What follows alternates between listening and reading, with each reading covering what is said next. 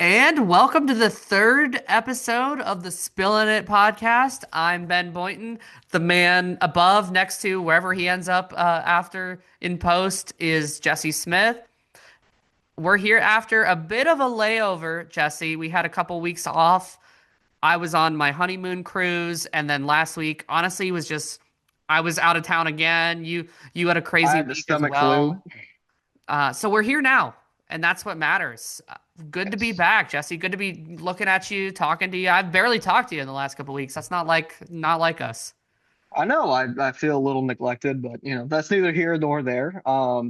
But in all reality, it's really nice to see your shining face once again. Looks like you got a little bit of a tan on vacation, which I did we not. It's always the love. shade from my laptop. Do not be fooled. I was trying to figure out the lighting, and this is obviously not the same backdrop I had last episode. I don't know, man. I'm just gonna be in every part of my house until My we make enough money for a recording studio. mine's mostly the same, except I put my master's degree over there. I didn't really know where else to put it, so it's just kind Weird of chilling flex. over Weird to bring here. that up unsolicited, but all right. Yeah, it's my graduate. I just broke something. My graduate degree here. Anyway, yeah, like you said, Ben was out of town for a little bit, and then I ended up getting a lovely case of the stomach flu. Shout out Not to great. that lovely virus. And still, honestly, the most sick that I felt that entire week was watching the Jets offense try to operate. Nothing made me more nauseous than that. I gotta tell you, on my drive home from work, we're recording this on Wednesday evening, I guess, at this point, and I really was racking my brain. I was like, do we have a paper bag anywhere that I could put over my head to start this podcast? And then have you be like, what the hell? And me be like, yeah, this I don't want to talk about any part of the London game. The Broncos did technically add +1 to the left-hand side of the record column, but I hesitate to call it a win. It was not a Hey, win for anyone that watched, anyone that played, except for the Broncos defense. Shout out for 9 sacks. Don't know that that was outrageous. really motivated by them or by Justin Fields, but they got it done. What's 9 sacks on the metric system? Is that I 13 and a half? believe it's 7 Foldy lose, if Yes. my conversion is correct. 7 Foldy lose. We So they did apologize their to any job. of our UK subscribers here. If Honestly, I that's don't blame Justin Fields though. He was trying to acclimate to local culture and he forgot. He was thinking in England that you go down on the wrong side of the line of scrimmage, but it's actually still forward. You don't go backwards. You still go forwards Hey, past the line of scrimmage. we love the awareness. We love the awareness. Not the pocket awareness, but we love the cultural awareness that he brought to the table there. So obviously we've done enough of ragging on the Jets there, but some other main storylines of week 6. Obviously you got the Colts at 5-1. Kind of a strange nail biter. A game that Kobe probably shouldn't have Brissett been as revenge game, close. man.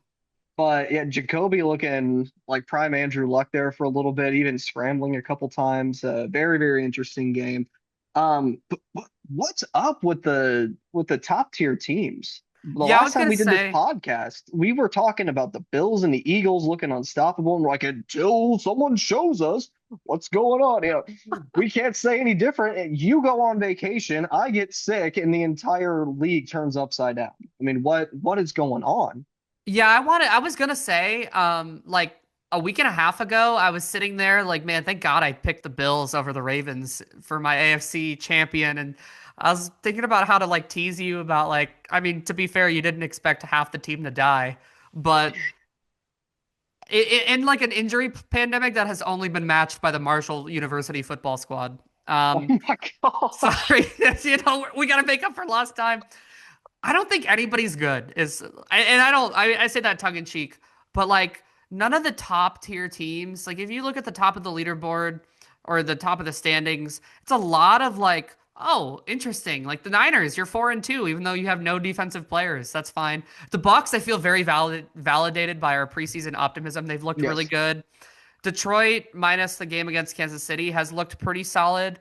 The Rams have been who we thought they were, but it's a lot of like the Seahawks, the Jaguars, the Steelers, which we don't have to talk about, the Patriots.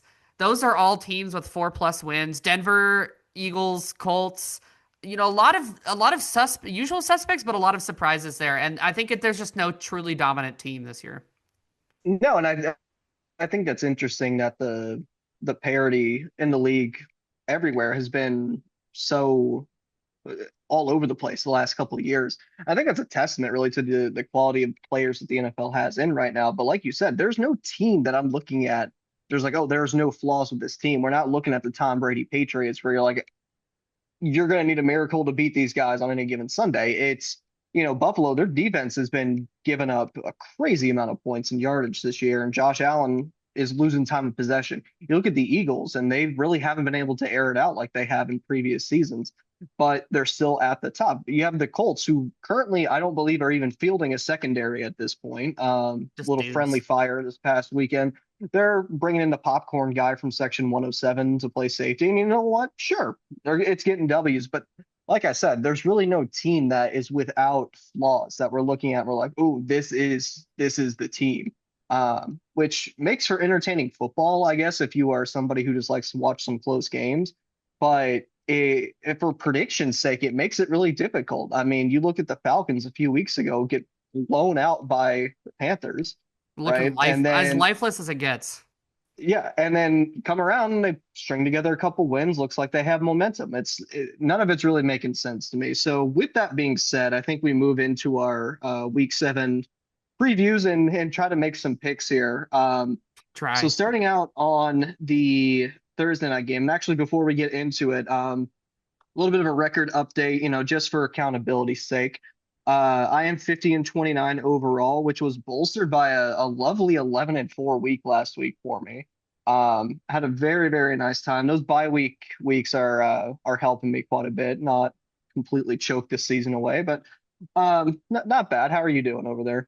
Well, Yahoo says that I'm 56-20, which does not equal the same number of games that you just indicated. So I'm not really sure exactly. By next week, I guess we'll figure that out. I just noticed You that were pulling always this better up at here. math in school than me, so I'm gonna go ahead and trust your judgment. I Yeah, but probably everybody miscounted else in somewhere. my league has chosen 78 games and I have 76. So I'm not really sure what's going on there. I just two picks. I think maybe there were two games I just didn't pick and I just didn't take losses for that. So I guess we could say I'm 56-22 for intents and purposes. I don't know how I would have picked on those, but we're both doing pretty well, which is ironic Yeah, because I there's been some weeks where I'm like, man, I blew every one of those picks, and then I'll look at it later and be like, huh. Like I had a coworker ask me how I was winning the picks pool at work, and I was like, your guess is as good as mine, brother, because usually I'm not good.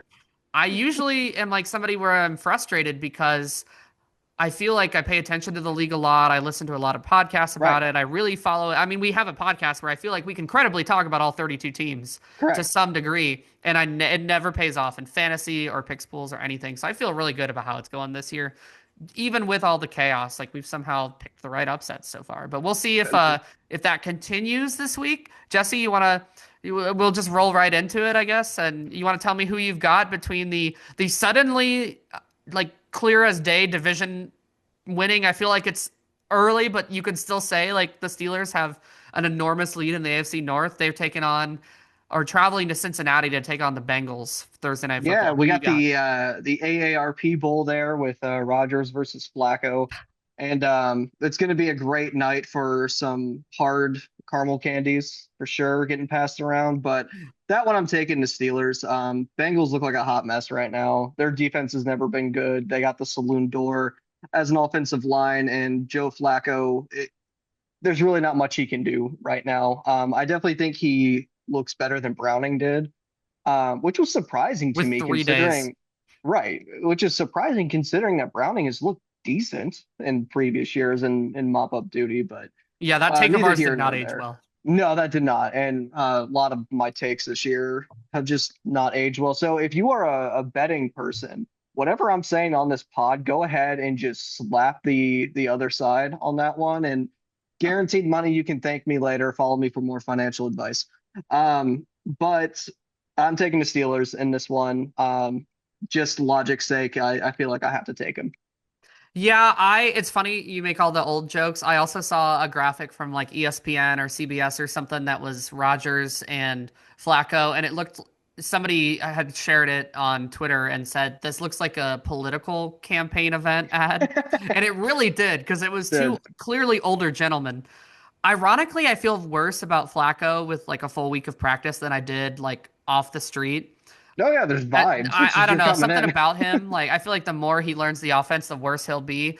The Bengals are so weird to me because they have talent and I want to believe in them, but they're a team that I just can't pick with good conscience until I see a Yeah, demonstrated stretch of success. And even though they almost beat kind of a weird Packers team that like, we were also high on, but hasn't looked super dominant, I still got to roll with the Steelers. What they're doing works. It's not sexy. It's certainly probably not going to win them many games in the postseason. It might win them one, yeah. but I think I'm going to roll with Pittsburgh. I don't think I've ever picked Pittsburgh on this podcast and felt confident about it. This one I feel a little bit more confident about it, which means they'll probably lose, but Yeah, I'm with the it'll Steelers on this one. be a 20-point blowout the other way. Oh, So the next game we have on our slate is the 9:30 a.m. Eastern time, Rams and Jaguars. And interestingly enough, I'm calling a last second audible on this one. I actually had the Rams winning this game. But something that I thought about as I was looking at this, that the Jags have been in overseas for a little bit now. hmm. They don't have the same travel situation that the Rams do in this. And I think that's actually going to be a pretty big advantage for them going into it, is that they don't have, they're used to the time change and being somewhere else. So for that, I am going to take Jacksonville for this one. I liked what I've seen from them overall, and even the games that they've lost, I feel like there is some stability that's coming to that team that hasn't been there in previous years. This one could very easily swing to the other side. The Rams have looked impressive, especially on offense.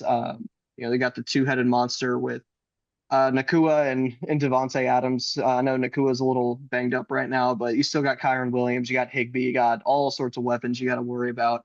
But with that being said, I do think the slight advantage to the Jaguars just because of how they played this year. I think they've played teams hard. Yeah, the Jaguars have been pretty impressive considering their quarterback hasn't been particularly good. Their Right. defense has really done a lot of lifting. They haven't really gotten a lot of Travis Hunter on offense, at least. So on paper, it's one of those where it's like you're 4-2, really? Like you scan Yeah. the box scores and you're like, how did this happen? But they've dominated the league in takeaways. I mean, they're just taking the ball away like three or four Yeah. times a game, which is gonna help you no matter who you are. You're playing with short fields, you're denying the opponents.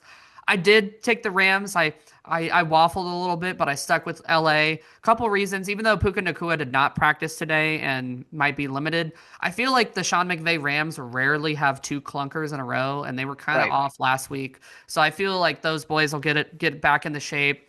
I just don't really trust Trevor Lawrence right now, even though Jacksonville's essentially playing a home game. They've played like an astronomical amount of London games compared to the rest of the Every year. league. And they are the listed home team, which is hilarious. But I don't know that I feel strongly about this one. This one to me has the most like coin flip potential because we could see either version of either team. I just feel like the Rams, Devontae had a really shaky game this past weekend. I don't see that happening again.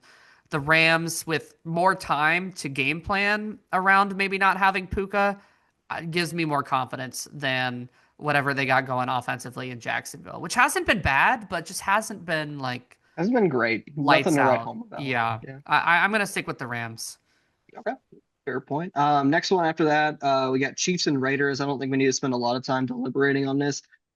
Chiefs have been all over the place. They've looked like an absolute mess, and they've looked pretty solid, against some good competition last week in Detroit.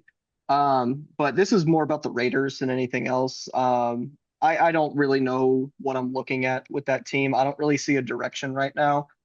Genti has turned it on. He's looked great, in short spurts, but for this one, I think you just got to go with the talent being a little too strong on the Chiefs side.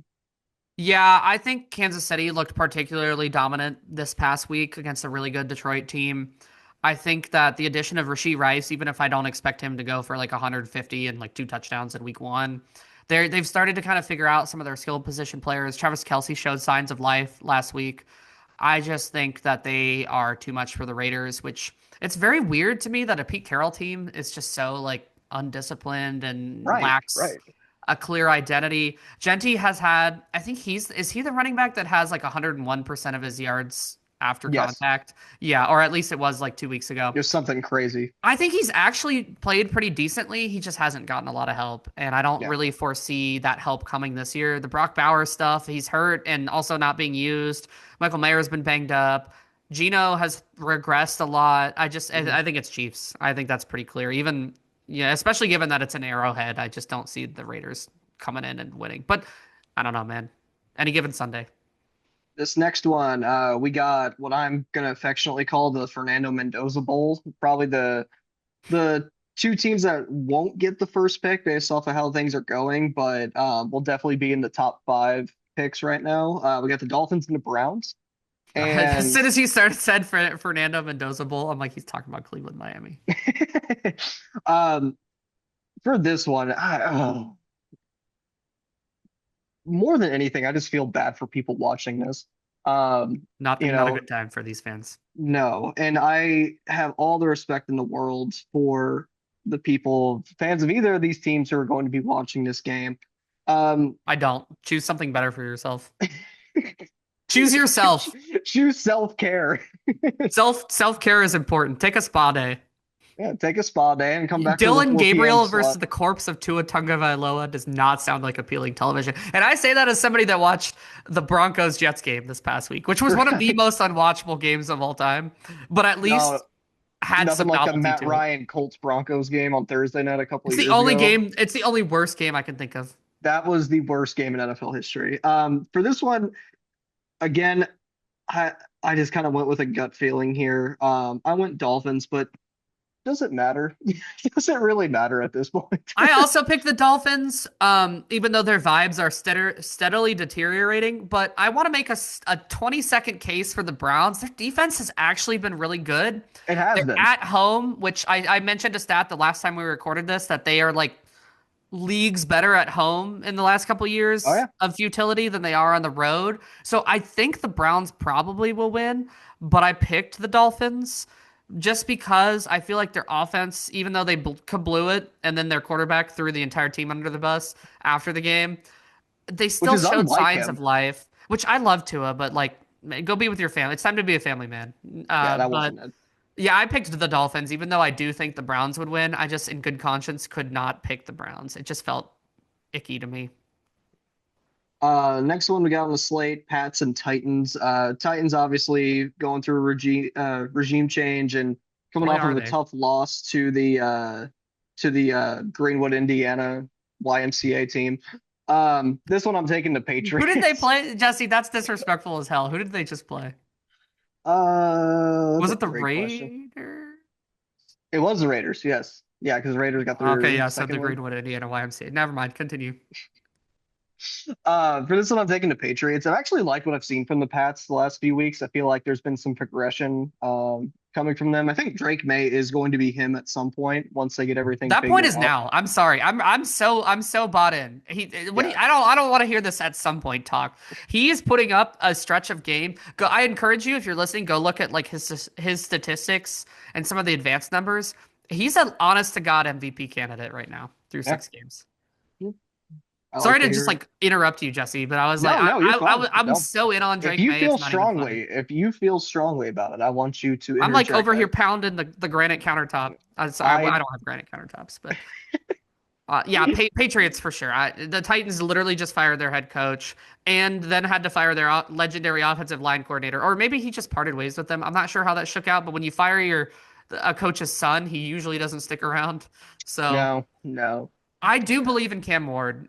I do I too. feel like it's next year. Mike McCoy is their interim head coach, which is hilarious. That is hilarious. It's also so funny. I want to take 5 seconds.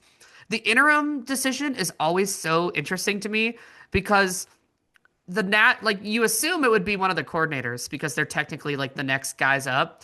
But a lot of times teams that make midseason coach firings are like, we're probably not hiring that guy as our head coach because he's part of the staff that just got the head coach fired. So they pick somebody that has like head coach experience. So that's how Mike McCoy, who's like the quarterback's coach or offensive Yeah, and whatever he is, like way down the totem pole, started the season and was like, I'm just like happy to be here. And now is yeah. the acting head coach. The same thing just happened in one of the college teams that just fired their coach. They promoted the quarterbacks coach or passing That game Penn State? coordinator. Hmm? Was it Penn State? It was not Penn State, I don't think. Who It did Penn was State hire? I think they just promoted one of the there maybe it was also Penn State. They weren't who I was thinking of, but they teams just default to like who has the experience, who's done been there before, which I always think is so funny. But it's Or not just happening. All Jeff that's to say Saturday? it's not happening for Tennessee. No, it's Either not happening. professionally or collegiately, baby. Roll Tide. Tennessee hate Yeah, week. to get that jab in. I hate them. Um, so for this next one, we got Panthers Jets, and normally I would say this is going to be the snooze fest. I can smell the nap I'm taking from here, but actually Carolina's looked decent lately. Say what you will, the consistency issues that Bryce Young has had, it hasn't entirely been his fault, but he's looked much better the last couple of weeks, and stringing together three out of their last four, I think is pretty impressive for a team that really no one had expectations for. And outside of the Bucks, I mean, they're right in stride with some of the other people in their division. I mean, Atlanta's 3-2 coming off of the bye. But 3-3, that's we're looking a little better. So for this one, I'm taking the Panthers until Justin Fields can show me that he's not going to have negative passing yards and a half. I'll take him for fantasy and I will absolutely farm those rushing touchdowns. If they come. If they do come. But in this case, I am taking the Panthers just because I feel like the vibes there are a little better.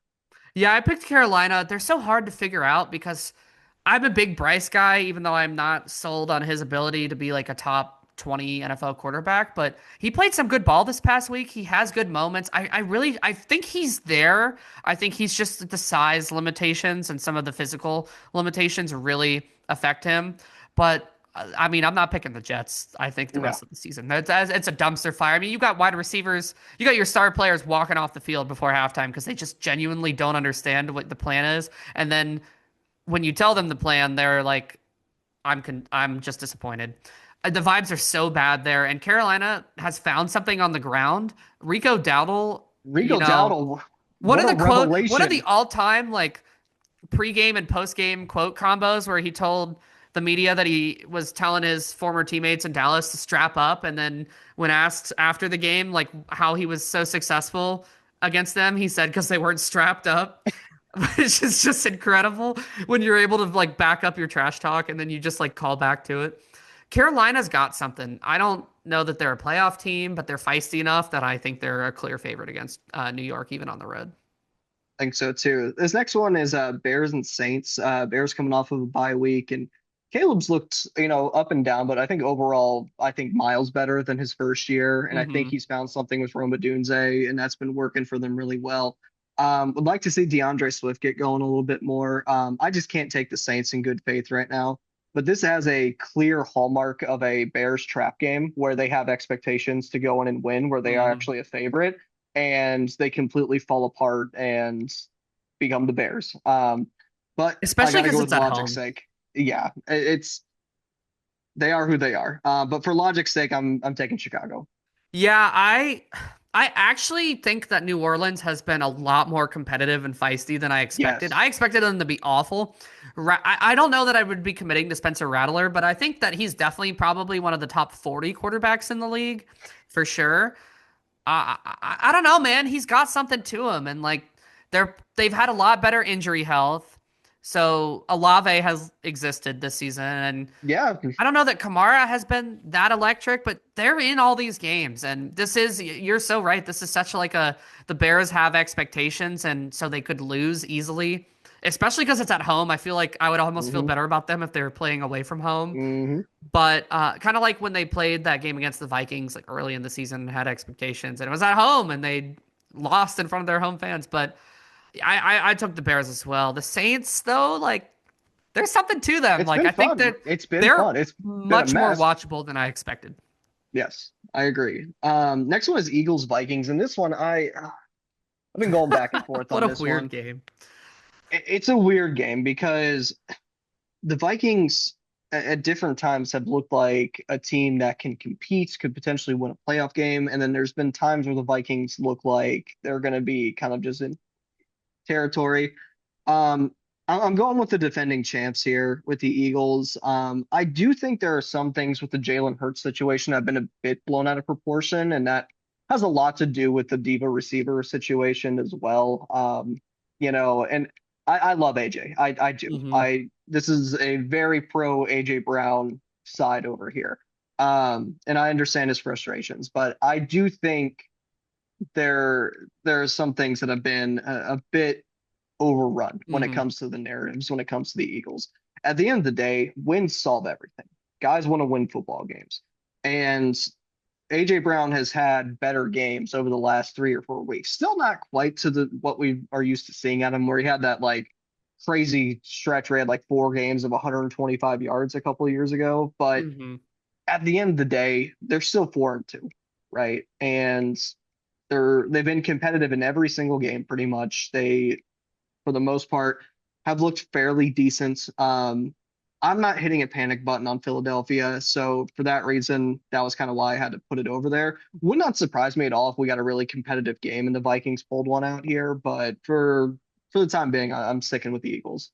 I am hitting the panic button on the Eagles, but I'm also picking Oh, the Eagles. Minnesota is starting Carson Wentz, man. I can't do that, even though they have a lot of talent. Here's the thing about the Eagles that makes me hit the panic button. Number one, their offensive line has not been nearly as dominant, and the whole thing has kind of crumbled a little bit.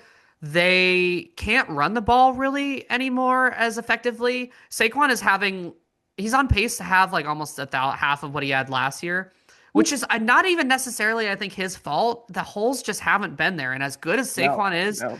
as good as any running back is, you still need to have holes to run. Yeah. I mean, I think Carolina is a perfect example of that. They are carving dudes up in the run game right now, and that's why Rico Dowdle, who was available for anybody to have this Rico, offseason, has like 500 yards from scrimmage over the last 2 weeks. I just and with AJ, like I'm with you. I think that it's just such a weird situation because I get his frustrations. You know, the offense isn't going the way that he wants it to. He's upset, but he's also like they are throwing him the ball. It's just like not working, and it's hard for me because it's like, dude, you just won a Super Bowl and you're 4-2. Like it'll work out. Like let's give it the yeah, whole season. Like let's not yeah. panic. But I low key think they could trade him because if they think that their formula is to dial back the passing attack, which I think it probably should be, they cannot run the ball as little as they did against Denver. That's unsustainable. Or New York, whichever game they ran like 9 designed It runs. was it was low, yeah. I just I don't know. It's just very like I heard somebody say this on a podcast or TV or somewhere, and it's so true. The Eagles' offense right now is like when you're playing a college football or Madden Dynasty, and you're like, you've got like a dev trait challenge for a guy, and so you're like, I got to throw this guy like 5 straight balls, and then I got to Yep. get this guy like his stats got to get up, and oh, I'm gonna win the MVP with this guy if he keeps going, and it just doesn't feel cohesive. It feels very much like they're just like drawing cards. It's like, all right, this is the AJ Brown drive, and Right. something is broken there. The teams are playing them differently, and they're forcing Jalen Hurts to read the defense more, which is not his strong suit. Mhm. I think that there's cause for, there's room for them to turn it around, but I am a little panicked about the Eagles. That being said, again, Carson Wentz is on the other side, so I'm going to You take don't the believe in Eagles. Prince Harry? Um, Minnesota's fine, but yeah. I feel like both teams kind of have weird stuff going on, and I'm just gonna trust the team with moral pros. What it came down to. Here's last thing on the Eagles, and I think Sirianni has done a great job in his tenure there. Obviously bringing home a chip, but for a lot of the issues, like you mentioned, where it just kind of feels predictable, where it's like, okay, this time we're force feeding Do him, this we're every force time. feeding. Um, I feel like he does a good job of those midseason adjustments, and I think the only time that he really didn't was that year that they got bounced in the wild card round, but they had been flying through regular season, and then right at the end they kind of fell apart. But then they came back the next year and won the whole thing. Mm-hmm. I do trust that they will right the ship. I do think a lot of the issues that they're having are schematic, and once they figure out how to put Jalen back in what he does best, which is just making athletic plays, I think they'll be just fine. Next game coming up, and before we get into this next one, I'm gonna pose a question to you, kind of on the spot here. So the game is Colts and Chargers. Has Jonathan Taylor done enough to regain RB number one status for you in the league? I mean, right now he's RB number one. Do I think that he's the best running back in football? I don't. He has better numbers than Bijan. He's out rushing him by about 120 yards. I have no idea, like receiving wise, but how that factors in. I don't have that number in front of me, but he's really good. I think it's pretty much a coin flip for me right now between him and Bijan. I don't think it's I would definitive. agree. I Um, would say, as far as pure running, if you're talking traditional running back running, I say he's number one. If you're talking best all around back, when you have all three facets of the game considered, I think that one's pretty easily Bijan just because of the receiving.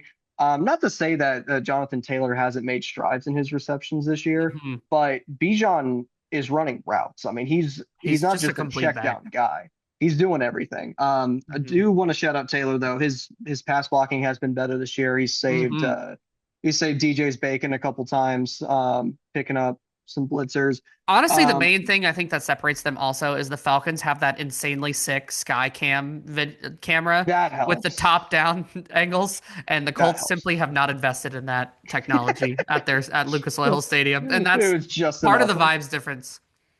Yeah, nope, I can agree with that. This is a hard one for me. My bias has me feeling some kind of way about my Indy Colts right now, just finding good ways to win games. And even the games that they're not playing well, they're still right there. I mean, if AD Mitchell doesn't drop his brain halfway down the field, they probably beat the Rams and they're 6-0. They're 6-0, yeah, Um, easily. and they did not play well on Sunday against the Cardinals, and they still were able to do enough because good teams do enough when they're not playing well to win. So the Colts are legit. The Chargers, Herbert was an MVP candidate the first 3 weeks of the season, and it was pretty clear. I mean, you could say he was the favorite based off of how they were playing. I just don't know what to think of them right now. Their running game has been absolutely gashed with Mhm. injuries. The defense has been all over the place. They'll look good some weeks, they'll look bad some other weeks.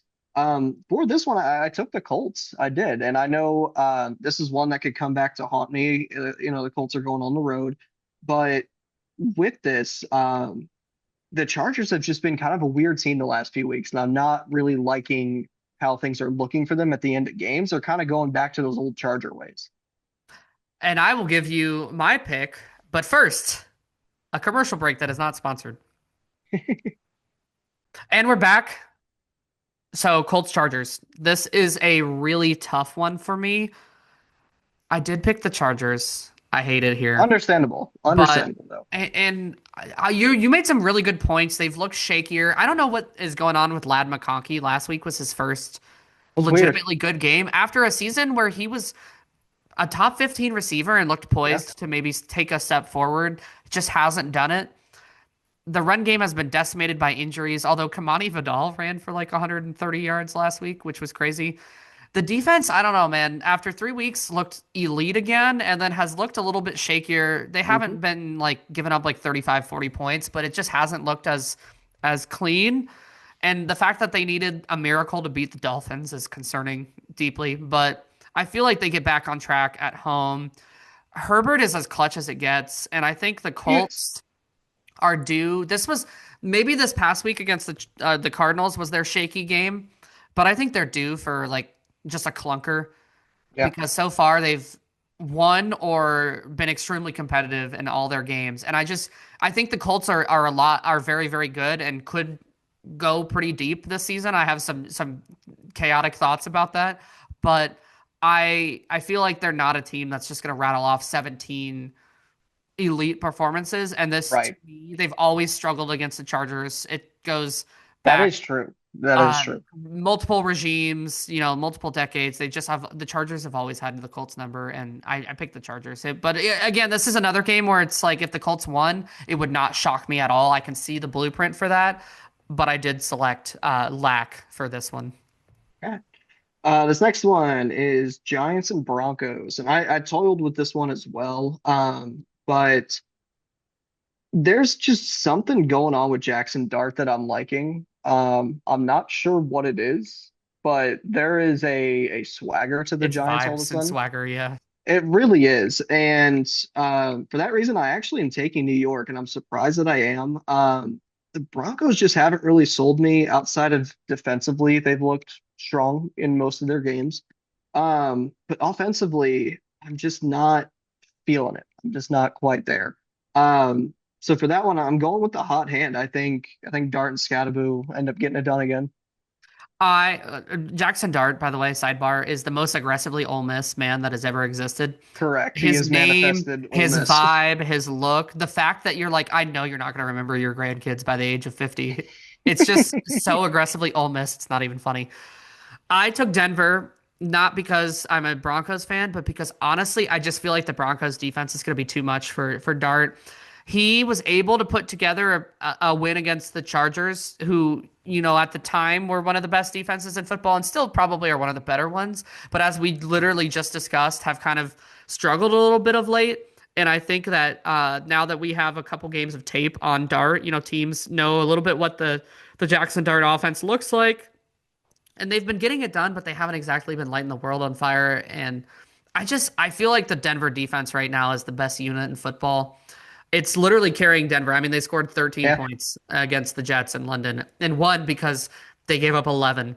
They're, I mean, by any metric, they're dominating. And I have a hard time seeing a rookie making his like third or fourth start overcoming that. That being said, the Broncos call offense like they don't have a quarterback that they trust. And Sean Payton has gone out and like made a lot of, especially preseason, a lot of like Bo Nix is one of the guys we believe so much in him. But teams tell you what they think based on how they call the games, and they do not Sure. do that. So there's definitely a chance that Denver falls flat on their face. New York's got a great front, and the vibes are pretty high there, more higher than they ever have been in New York for like 4 or 5 years. Yeah. But I took Denver because I think they're the better team. And if they can stabilize their offense at all, I think this isn't close. Will they do that? I don't know. But that's kind of the $1 million question because right now Denver Yeah. is tied atop the AFC West. And if they could figure out any consistency on offense and keep the defense playing the same level, they also could do some pretty dangerous things this season. I don't know if we're going to get that this week, but I think that they're going to have enough to take down the Giants. Yeah, I agree, and it's a three-horse race for whoever wants the AFC West this year for sure. This next one we got Packers Cardinals. Cardinals are doing some good things this year. They're moving the ball. Packers are all over the place since we kind of pre-crowned them Ooh. as the NFC favorites. But with this one, it just the Cardinals are a Walmart back in 2010. They just never close, and it just doesn't Diabolical. make sense. It just doesn't make sense for me to pick them, and I saw it firsthand. They squandered that game. They should have beaten the Colts. They should have. And they let them score every single time they were coming back down the field. They couldn't hold a lead. So I do think there's too much talent on the offensive side of the ball, especially Josh Jacobs, Schingelheimer Schmidt over there running the ball the way he does. I think he's just going to be too much for them. Real quick, speaking of Cardinals, did you see this dropped like 30 minutes before we started recording? Orioles interested in Albert Pujols to manage their team. That would be interesting. I would be there for that. I know he's got some weird contract for He's got the most consulting bizarre with the contract of all Angels. time. I don't know. Nobody knows how it works. Not even the No, Angels know how it works. no, I don't. They just said, sure, that's fine. I think he'd be great as a clubhouse leader. I don't know. I struggle with former players coming back to manage the teams that they were famous with. Just because I think it messes with their playing legacy a little bit. I think we saw that with Mike Matheny. Loved Matheny as a catcher. He was good the first couple of years as a manager, and then it soured really quick. And I hate that almost kind of feels like the last thing that we feel about him is that. So I'd be very happy if he ended up in Baltimore. Yeah, they could turn it around real quick too. They got some talent. They Okay, definitely do. sidebar aside. Sorry, you're just a big Oh yeah, Pujols Cardinals guy. I had to and ask you. I could have the whole episode. Um, Cardinals. So Cardinals, Packers. I'm also taking the Packers. The Cardinals are. I don't understand it, man. They're supposed to be better, and they are kind of better, but they're also kind of not. And it's also yeah, like, is there a starting quarterback who it should be? Like, would they be better with Brissett? Was it just one game? I don't know that I believe Brissett is better than Kyler, but I think he is more consistent. Yeah. And I think that they need that, especially for a team. They do not have a lot of top end talent at the skill position. Trey McBride is a monster, and apparently Zay Jones is just unstoppable on at least last weekend. Third But and I long every single time. Marvin had a concussion for sure. Yeah. I haven't seen enough about his status to know whether he's going to play this weekend, especially if he doesn't play. I just don't know that they have the dogs to beat a Packers team that seems pretty disinterested in dominating, but is still interested in winning games. Yeah. And I just think that by November, or we're almost in November. I think by mid to late November, the Packers are going to be kind of firing on all cylinders. They just have to Yeah. make it to Toyotathon, and then they'll turn on the Jets. And I think that that continues this weekend. Yeah, they've looked a little out of sorts since that Browns game. They gotta get their swagger back. Next one is Cowboys Commanders. Really depends on what Cowboys team we get this week. If CeeDee Lamb is back, I have full confidence in this being an offensive shootouts. As of right now, he still has points projected on the fantasy app. So based off of that pick, I'm going with the Cowboys if Lamb is returned.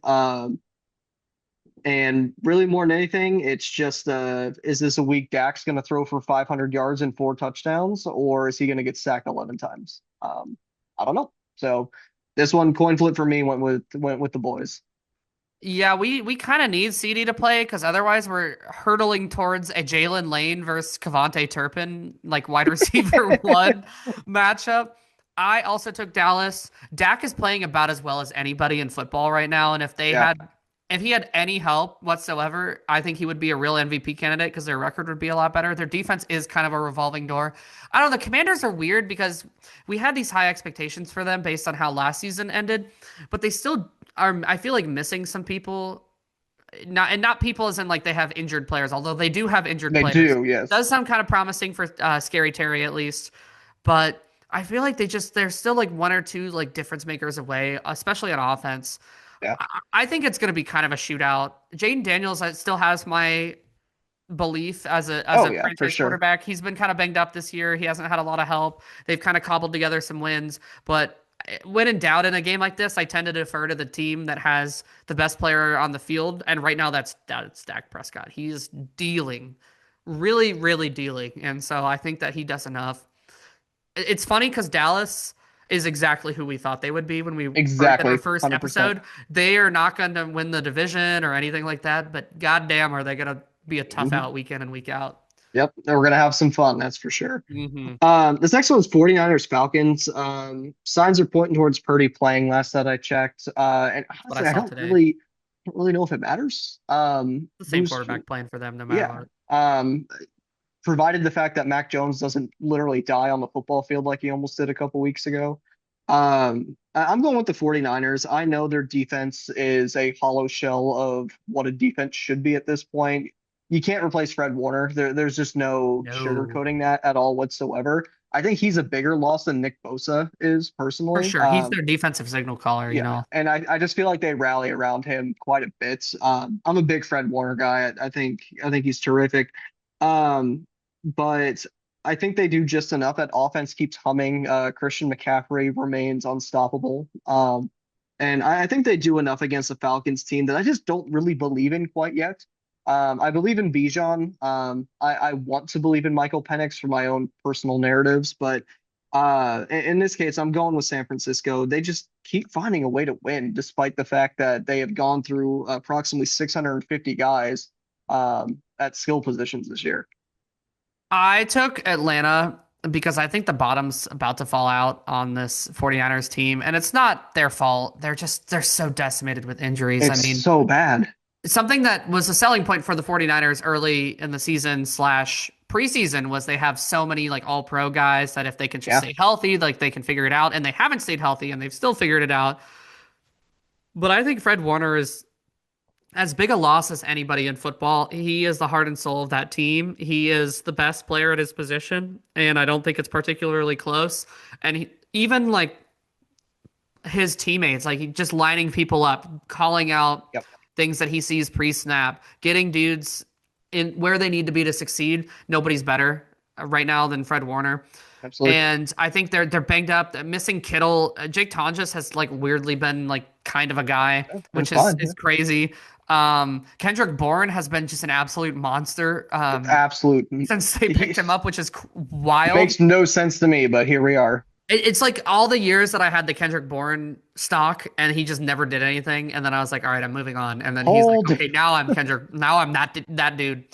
I just think that Atlanta, though they're wildly topsy-turvy, I think they've shown me enough that I think that they're going to beat San Francisco. I don't think it's going to be a blowout, but I think the tough sledding, eventually attrition will catch up to the Niners. They're not going to win like 12 games with just an absolutely decimated roster.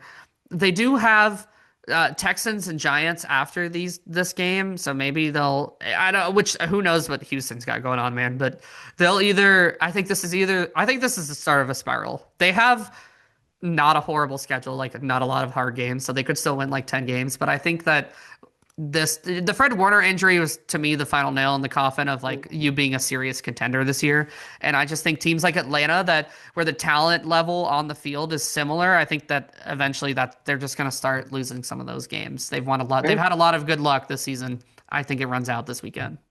That is fair. That is the Sunday night game, by the way, Sunday night football at 8:20. With that, just one more thing before we move on to our Monday night slate of the two games there. Just what a well-coached team by the 49ers, with Mhm. everything. Kyle Shanahan, everyone knows Dog. he's a quarterback guy, but he has proven this year to me that he's more than just a quarterback guy. I mean, he is that dude. And if you're the 49ers, or if you're a 49ers fan, um, I know this year hasn't gone the way that you wanted it to, but you got the guy. You got the guy at the top who I think is going to continue to develop the team and keep them resilient, keep them competitive. And I think that is just a testament to them and their entire staff. Yeah, he's been a top three coach for like 5 years, and he gets a lot of credit, like you said, for the offensive stuff. But they consistently have just churned out team after team, and they've replaced a lot of players. And they'll have like a down season, and then they'll turn it around. I think him and John Lynch, the GM, actually together have been as good as anybody over the last I agree. however long they've been in San Francisco, 7 or 8 years. They're so good over there that you like don't even think about them. Like you're focused on like, oh, like this coach just like Dan Campbell just soared to the top of the league or whatever. Yeah. But as uh, San Francisco just really stable. Also, real quick before we pick these Monday night games, no more Monday night doubleheaders. They're dumb. I hate Oh my them. goodness, I am Stupid. over the These two are at least 9:30 separated and by 10 three p.m. hours, but so they're not going to go on at the same time. But dumb. I'm over it. I'm Anyway, on the I'm on the Eastern Seacoast, man. Like I can't I can't be staying up. I'm almost 30. I can't do yeah, this the anymore. second game here is going to end at like 1 Eastern. Yeah, diabolical. This first game is actually my game of the week. I'm excited for this one. It's Bucks and Lions. I think this is going to be a fun one. I Hmm. think you got two teams who are both really feeling this season overall. I know the Lions had a rough week last week, but they were due for a clunker. That first week against the Packers as well, they struggled. But other than that, they've looked fantastic. I mean, they've looked like Detroit football, which is very weird to say. If you would have told me 10 years ago, I'd be saying that on a podcast. Who knows? This was a tough one. This was a tough one. I don't think the Lions come out and lay an egg 2 weeks in a row, but there is something about Baker Mayfield right now that makes it impossible to pick against him. And I feel like if I do, it's just going to make him stronger. So with that being said, I did take the Bucks in this one just because their strength of schedule has been iffy and they do play to their competition quite a bit. But when they do play to their competition, they usually beat that competition. So whatever it is, whatever secret sauce they got going on, is definitely working for them. Looks like Mike Evans is on the mends, about to make his way back. Good. Rashad White has been a nice resurgence for them in the absence of Bucky Irving. I always thought they did bench him a little quick and they kind of took him out. I know Bucky looked great last year, but Rashad has been a multifaceted back for him for a while. So it's really nice to see him kind of get that opportunity once again. I just like what I see from Baker. I really do. I don't know if this is just me rooting for him, considering everything that he's been through. I'm not going to go through the whole situation. Everybody knows what happened with Baker Mayfield in Cleveland. Um, but I'm taking the Bucks in this one, but very easily could be a Lions win. I think it's just going to be fun football all around. I also took Tampa Bay, even though some of the guys they've got like Publix baggers out there catching passes from Baker just with all these wide They're, receiver injuries. they're Someone named working. Cameron Johnson, by the way, from like Barton College, was their leading receiver last week. Um, for my money, Baker's the MVP of the league through six I weeks. I agree. just It's not Tez. Did you see it's that not video? Tez, which is a great clip. You haven't seen the clip. The Bucks put out an even better version where after the game, Tez Johnson was in the locker room and he was talking about when he scored his touchdown and did his triple backflip, front handspring, Simone Biles rollover. And he heard MVP chants and he thought they were for him and he was confused because he was like, I haven't done anything all year. And then on the sideline, Sterling Shepard is like, "Bro, that's for Baker. Like he threw you the pass." And the Bucks put out a video where they spliced together the locker room interview with footage on the sideline of that actual conversation, and you could see one of the other receivers just lose his shit when he hears Tez Johnson be like, "Are they calling MVP for me? Like that's crazy." Um, I love the self-belief. I really do. it's Hey, so you keep funny because he catching. was like, I mean, I'll take it, but like, Yeah. I don't know why. Like, it was both self-relief or self-belief and also like actual awareness. Like, it was No just so awareness funny. at all. Very Hey, funny clip. you keep getting separation like you did and catching the ball like that. You might start getting some chance that way. That was a It's solid also route. funny because NFL players, they're not like us unless you're Tez Johnson, who I'm larger than. He's like 5'7" and Yeah. 140. And that's like, I'm literally bigger. I'm not as athletic, but I am literally bigger than you. Yeah, I took Tampa Bay. I do. This is probably the second game this week where I picked a team, and I kind of have talked myself into the other one. I'm going to stick with my pick. I Detroit probably wins this game. I don't know how long Tampa Bay can keep going, but I'm riding the hot hand. Baker is playing as, like I said, as well as anybody in the league, given the circumstances and all the injuries and all that. Even And I love to along the see it. offensive line, like their starting center was their starting left tackle in week one. I'm going with Tampa Bay. I think they're looking as good as we hoped that they could, and they're only going to get healthier. Like you said, Mike Evans is coming back potentially, and I just really like what they're doing over there in Tampa. Much better than Miami. If you're going to root for a Florida team, the other two are good, just not Miami. Yes. Last game on the slate for the week is Seahawks and Texans. This one I'm taking the Seahawks. I think Darnold has actually played better than people have given him credit for. He makes Been some very good. boneheaded mistakes, but man, he is slinging right now. Jackson Smith and Jigba has been just huge. I sold pretty high on him at the beginning of the season for fantasy purposes, thinking, taking over wide receiver one from DK Metcalf going into the year, and he has absolutely delivered. I think JSN is actually a top five receiver in the league right now. Playing like it. He is absolutely playing like one right now. Very, very impressive stuff from both of them. I think Kenneth Walker and Charbonnet also get the job done in the running game enough for them. Interesting enough, their weakness is actually their defense, which we're not used to saying from Seattle. I'm going But to it's disagree, man. Their defense is playing really well. they, yes and no for me. When I think Seattle, right? When I think Seattle, I think the best defense in the league, right? I know that's biased from my upbringing that they always just had dominant defenses, but I'm just not feeling it. I feel like there's cracks there that are going to start showing up soon. Well, they've been really decimated by injury. I also took Seattle. They have had a lot of injuries, but only once have they given up more than 20 points, and that was to the Bucks in the 38-35, like one of the games of the season so far. Did you Yeah, see what they did to Jacksonville? They had a 50% pressure rate. that is fair. That They is had a fair. 50 and you know how and their blitz rate was like 13%. So with just their front four, they owned Jacksonville, a team that is playing pretty well. Yeah, They've been banged up, but honestly, man, they look so scary to me right now because if Darnold can continue playing the way he has, which I agree, he's been really good this yeah, year.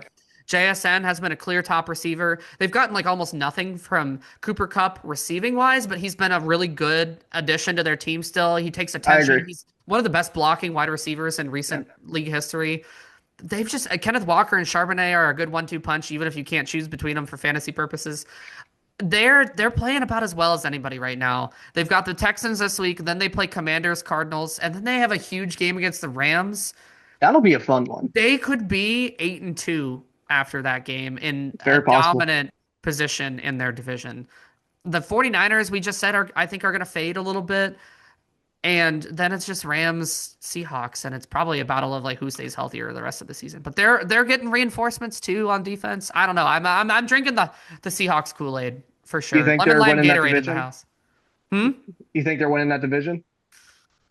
If you I had to think pick one today, it's hard to say in on October 15th, but probably I don't know. It really depends on the Rams. If Nakua is out for a while, I think that will eventually catch up with them. I'm still, even though he's been healthy this season, Stafford worries me just with his injury history.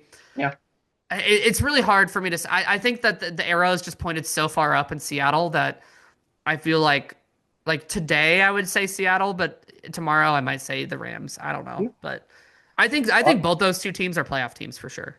You oh could yeah, lock I would you agree. you could probably lock that one in. It's not coming out of the East, we know that. Yeah, Um, Alrighty, let's just do a quick look around of college football, and this is more than anything for me just to I knew get something exactly off of why you my put chest. this shit on this agenda. Yep. Just go ahead. Let's You just know get it I over gotta with. say it, right? I know for you this isn't your realm as far as wanting to give props, but you have to admit, IU going into Oregon and winning that game, that says I something. picked them to win, by the way. Yeah. But for think about this from an alumni perspective here, right? We've always sucked. Always. Like there Fact has been in all there sports. it bad, just bad, right? In my lifetime especially. Okay? I mean, they're the most. No team has more Division One losses than the Correct. And Indiana we had Hoosiers. never beaten a top 5 team on the road until last Saturday. So for Mhm. me, I spent all of last year trying to convince myself that we were for real, right? And we can argue, we can go back and forth on it.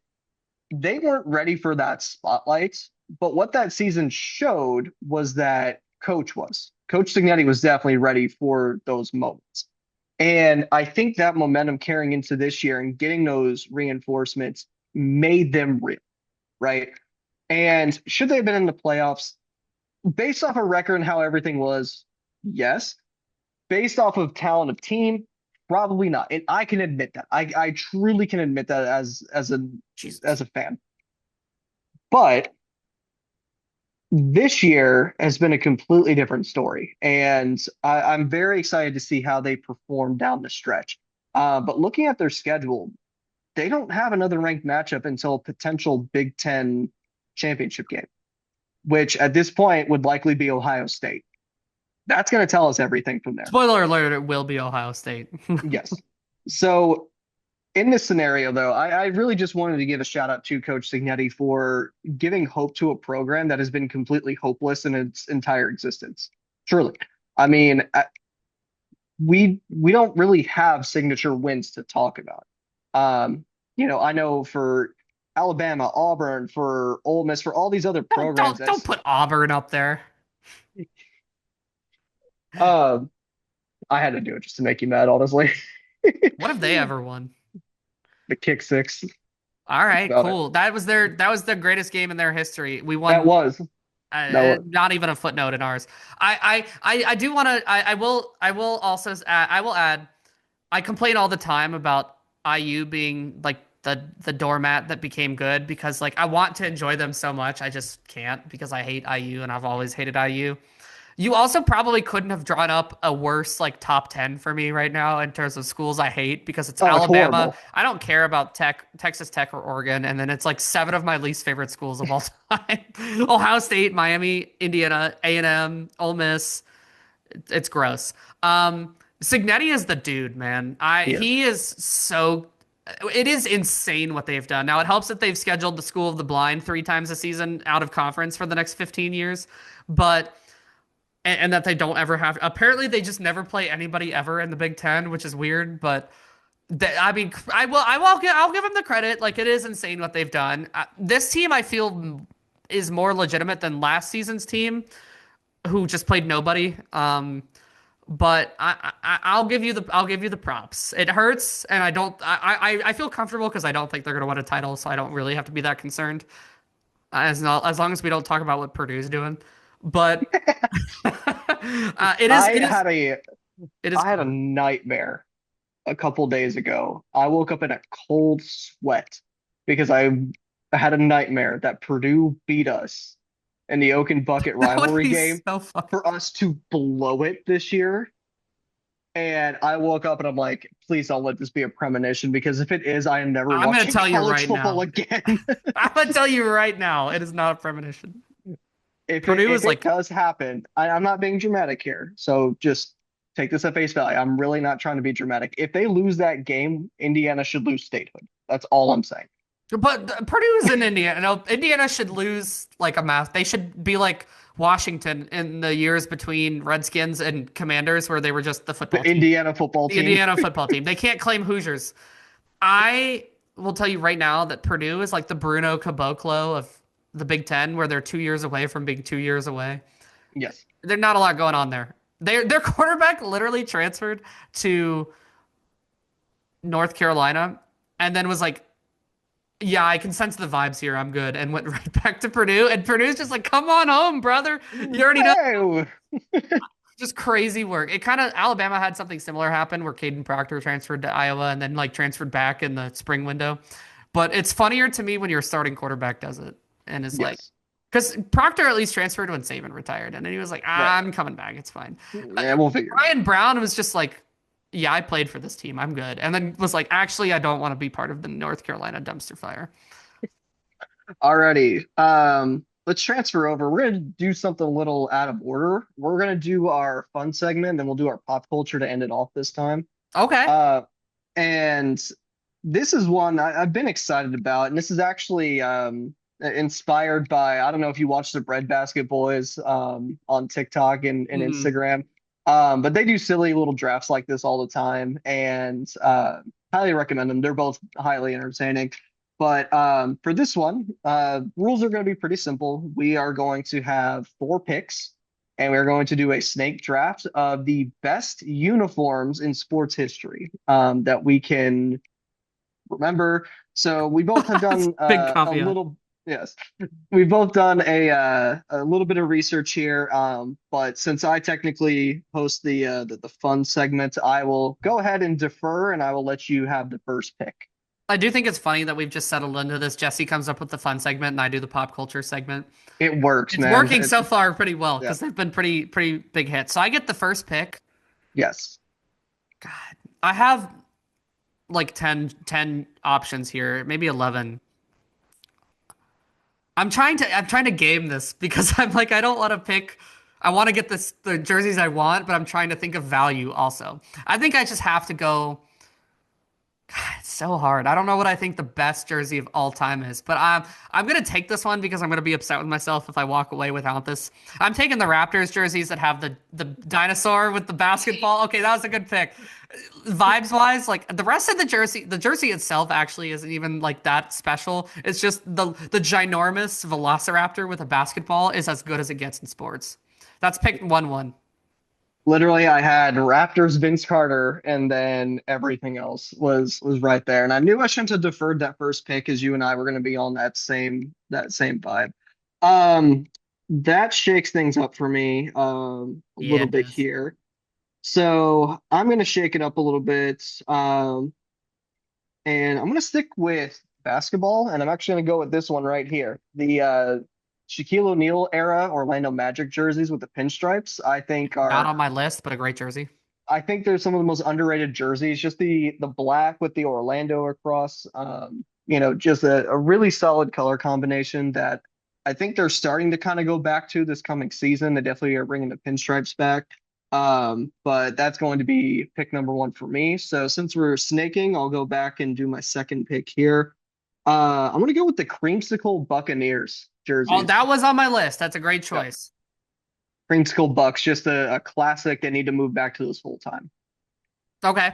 So with pick 2-2, I'm taking the Orange Crush retro Broncos jerseys that they're kind of That was rocking on my this list as year. well. Great pick. It's a bit of a homer pick, but God, they're just gorgeous. Beautiful I just jerseys. as good of vibes as possible. I was really hoping I could snake those and the creamsicles and just be like, just give me the old school jerseys. So then with my next pick, whew, I'm gonna go. I don't know if this is gonna be on your list, but for me. It's ironic given our segment last week because it's like kind of counter to that. I'm going with the purple Jazz jerseys that have the mountains on them. You know what I'm Those talking are about? beautiful. Yes. They're just, I think Yes. it's because I'm a mountains guy at heart and like I'm a sucker for mountains, but I'm taking those jerseys. Again, like horrible name to pair with them. But and the music note jersey, like they have some good music note jerseys too, but I had to take the Jazz Yeah. jerseys with the mountains. Those are gorgeous. I love them.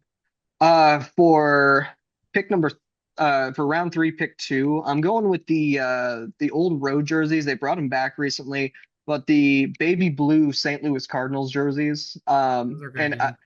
I know that's a biased pick for me. It is a Obviously, bit of love a my homer pick, Cardinals, but I'll allow it. but I think the Cardinals have some of the best uniforms. Just the birds on bat is a classic, I think, and the script that they have with it. But with the powder blue going with it too, I think is just such an interesting combination. You don't normally see red and those together. And then they pair them with the blue pants as well, so it's just the top to bottom blue. I think is a sweet look. Hmm. You got another one. Oh yes, You're I back. do. So this is You're my back to final back. pick. Ooh, there's several ways I could go with this. Interesting Mhm. enough, this is not how I thought my draft would go. I just have my list of them here, Mhm. and it's kind of went a different direction. Um,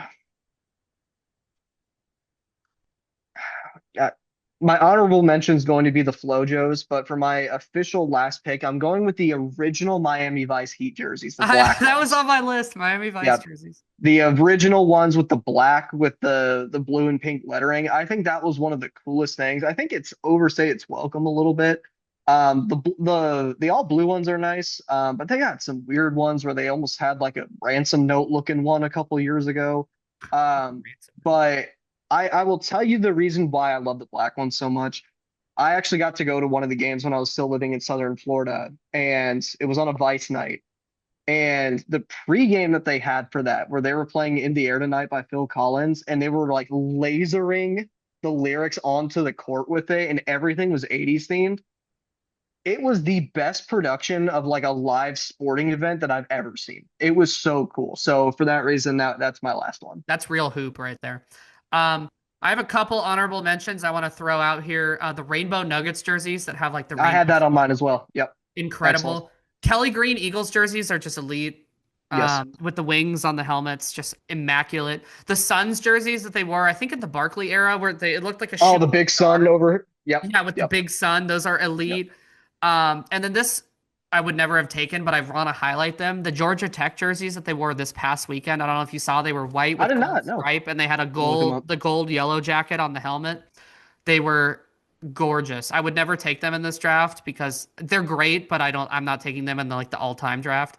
I just had to highlight those. With my fourth pick, since I feel like I've got a lot of value on the board, I'm going to go ahead and take a homer pick as well. I did end up with two, but I just root for teams with good jerseys. The Rockies city jerseys that they just had that were not the new ones, but the green ones. Um, Kid you not, that was on my list as well. the baseball teams have never looked as good as that. That was one of the greatest inventions They ever. they took the Colorado license plate and made it in a jersey in such like a good way that it A looked clean as hell, B looked exactly like the license plate, and C it just like really like evoked Colorado in a way that I think most of the city jerseys in the various sports just have failed to do. I agree. And Especially in baseball. The baseball ones especially have in been a baseball, massive a lot of them disappointment. are atrocious. They're like, Yeah. who designed this? A 12-year-old? But the Yes. Rockies city jerseys, the green ones, The green ones need to be their permanent look. They need to change the color scheme get and off just the move to Yankees that. cosplay, wear the Yeah. purples and the greens. That's it. Yeah. And then you can wear like a white, that's fine. But like the Yeah. Yankees pinstripe ones where it's just like, yeah, we're like the Dollar General Yankees, except for we can't do any of the things that baseball teams need to do to succeed. Um, I had two more honorable mentions on my list. There's a lot of good jerseys. We can't pick them all. yeah, The home Florida Gator football jerseys, they just look cool. The it's orange a good helmet, jersey. blue jersey, and then the other one that had was the teal Miami Dolphins. I'm talking like the 72 Yeah. undefeated team, that original Dolphins green tealish. That was money. The only other one, I struggled with college because I honestly, I just was trying to think of as many as possible. And like, I didn't think of a lot of college jerseys. and I thought about putting it on my list, but I was like, this is extreme homerism. But I love the green Notre Dame jerseys. Those are Um, sweet. they're I just really like them. But I'm a Notre Dame guy, so that's really what that comes from. Yeah. All right, Jesse, you want to take a quick break before we get into our pop culture segment, and then we get out of here? Yes, I had a large Diet Coke from McDonald's playing McDonald's Monopoly, so I need to go process that real quick. And when we return, we'll do our pop culture. All right, our final little pop culture segment here is something that I came up with called completely on my own with nobody else's influence, Two Truths and a Lie. But Oh, you came this up with that yourself. I did, yeah, I was feeling very naughty.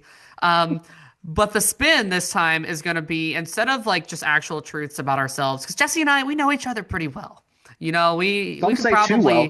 we could probably too well. We could probably pick out what the lie is pretty easily. And I even think we might be able to do that here, but I'm interested to see. I tried to make mine kind of tough for Jesse. My original lie, I was like, no, that's way too easy. I got to change it. So we're going to try that. So Jesse and I each thought of three things in a specific category. I believe Jesse's are songs released this year, and mine are Yes. albums released this year. And Jesse's going to tell me his three, and then I'm going to tell him which one I think the lie is, and then we'll discuss. And I'm sure we'll have thoughts about like what we liked and why we didn't like the one we didn't like. But without any further ado, Jesse, if you want to, you lay it on me. I'm ready. Hold on, I got to Ash Ketchum this. All right, I'm ready. Oh my God, I look Um, so bald. I'm sorry. I'm not doing that. I'm not bald, I promise. Something about that. All right, anyway, you were I pulled out a gray hair out of my beard earlier today, got it. and Sideburn. it's I'm like it's the cliff is coming. I've got like gray Doctor Strange sideburns, I call them, on like one of Hey, the sides of my head. you got to start doing the All portal right. opens up behind you and Andrew Garfield walks out. Um, anyway, so these are songs that were released this year that I love, that I think are some of the best songs of the year. So two of these are the truth. One of them is a lie. Okay. Okay. And all three of them, just to throw you off a little bit, are from artists that I do adore, that you Hmm. know that I adore. That is tricky. So the first one is "When Did You Get Hot" by Sabrina Carpenter. Okay. Second one is "The Abyss" by The Weeknd. Okay. And the third one is "The Fate of Ophelia" by Taylor Swift. Hmm. Okay. Well, I know it's not the Abyss. Well, I don't think it's the Abyss. If it is, I'm gonna be disappointed because I really like the Abyss. Um, I feel like it's When Did You Get Hot? Your final answer? Yes. That is correct. Very good. Oh, whew. No, no, "The Abyss" I think is actually one of my favorite pop songs ever written. It's It's got an untraditional setup. Doesn't really have a true chorus. mm, And Lana is haunting. Did not appreciate that song nearly enough until I saw it live. oh, That it's so gave good me live. a whole different appreciation for that song. Thoroughly obsessed with it. "The Fate of Ophelia" I think is my favorite off of that album. I know it's the one that's been everywhere on social media, but I think it's a great way to start that album off, and I do think it's the best song on that album, in my opinion. "When Did You Get Hot?" I know you and I have had conversations about this album separately. It's not a complete loss. It's just not. It's Not not it. short and sweet. It's not it, and I think to me it felt rushed. It just feels unfinished.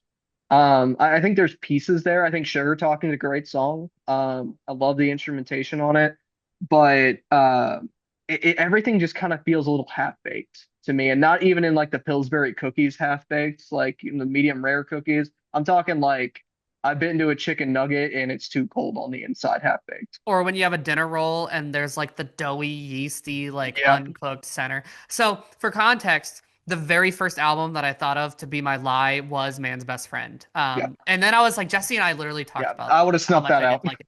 This album for me, because I'm a huge Sabrina guy, I've been there since like the Singular Act albums. Oh yeah, I've been This there since she was album doing stuff with Jonas Blue. I mean, I've loved Sabrina's stuff for a long time when she was still doing EDM stuff. Mhm. I kind of settled on that, like this album is good if you don't listen to it. Which what I mean is like if Yeah, it's on in the background, it's actually pretty good because the production is great. and then you don't have to focus on the cringy lyrics. It's hilarious that you picked that and Life of Ophelia because the two I came up with five albums that I considered. Um, four good ones and one lie, or three good ones and two lies. And the two that I cut were The Life of a Showgirl, which I didn't like on the first out listen, but have really come around on, and then Yes. Man's Best Friend was Yeah. my other lie. Okay, so all right, let me try you. So, ironically, you picked three artists that you traditionally enjoy, and I picked three artists that I don't enjoy as much, Okay. Okay. generally. I loved two of these albums. I did not like the other one. Okay.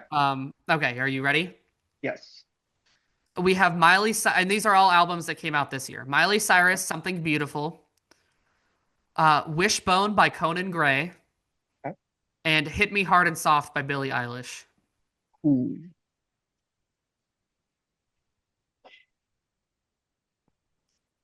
I feel like you're trying to trick me here, and I want to say the Billie Eilish album, but I know how much your wife loves Birds of a Feather.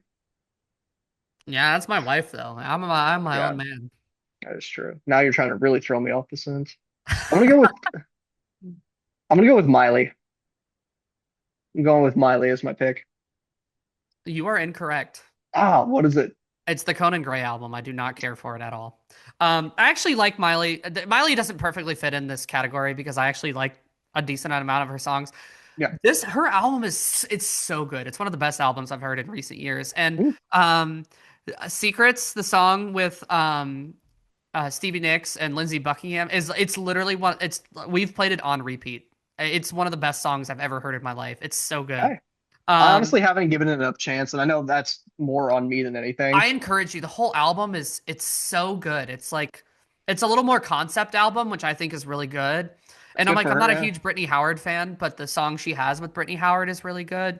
Yeah. Um, and then I don't traditionally, I was trying to trick you a little bit because I don't traditionally like Billie Eilish as much. Yeah. I found recently that I like her more. I do really like that album. Birds of a Feather is a phenomenal song. There's a couple others on there. I don't remember if When the Party is Over. I think that's an older song, but there's a couple Yes. songs on Hit Me Hard and Soft that I like. I, sorry to my wife, but there's a specific song Vodka Cranberry on Wish on Conan Gray's album that I just do not like that she's obsessed with. And I have to hear it all the time. I'm just Conan Gray is like I don't think he's garbage. It's just like No, not at it's all. very But mid pop to me. And yeah, like I tried to give it a chance because a lot of people I know like Conan Gray and he's popular and I heard a lot of positive things about the album and I just couldn't get into it. yeah. Sometimes you just don't feel it. Get Yeah. it completely. Well, that was Um, fun. Sorry, that I know was you I better than you enjoyed. know me, but that's fine. You're just a better listener. That's all. That's all it A is. luckier guesser, really, what it comes down to. I love how the one that ended up being was the one I didn't even discuss out loud. I know. I was like, Jesse doesn't know anything about my opinion on Conan Gray, so maybe I'll get him with this. I don't know. Good call. Good call. Hey, is it bad that my first every single time I hear Conan Gray's name, I just think Conan O'Brien? I'm like, he's making music now? No, Who's I think that? the same thing. I'm like, he's the face in my head. Like I'm Yeah, picturing the song being sung by Conan O'Brien, and it's very, very jarring. that is quite jarring with that voice. Yeah. Well, awesome. That wraps up another episode of Spillin' It. This has been a lot of fun. Thank you for all the support that y'all have given us. If you didn't notice, after episode 2, I started uploading some stuff to both TikTok and Instagram. So make sure you follow us there. Hmm. It's at Spillin' It Pod on both platforms. We're gonna be just splicing up segments. So if you can't catch a full episode, we'll try to post some more highlights there. Putting Of on our which there fun are many. segments. Oh yes, there's going to be several things. So be on the lookout for that. We're going to try to make our social platform a little more visible as we continue to figure out what this is. But in the meantime, we're having fun, and I think that's the most important thing. Absolutely. Another great week. We won't go another couple weeks without recording. Our schedules are much better now, and Jesse is not on death's door, and I'm in my own home for the foreseeable future. So, we'll be back next week. If you have any ideas for some of our segments, we're open for suggestions. We've just been kind of brainstorming, and so far we've really loved it. But if you have a great idea, we're always happy to try something new, and just try it out. But think that'll do it for now. Jesse, any final thoughts before we wrap this up? Uh, take your vitamins. Take your vitamins. That's great. Great advice. I don't really have any advice other than go forth and prosper, I guess, you know. Also, we need to have a not here on this podcast, but if you're interested in talking about Rings of Power at all, anybody, I'm available. I have thoughts. Alrighty. If you enjoyed this episode, please like and subscribe. If you didn't, well, we wish you well anyway. That is all we have time for now. Even though there's no time limit, this is just whatever we want it to be. Have a great one. We will see you all next week. This outro has gone long enough. Peace out. We love y'all. Have a good one. It's a growth spot for us for sure. See y'all.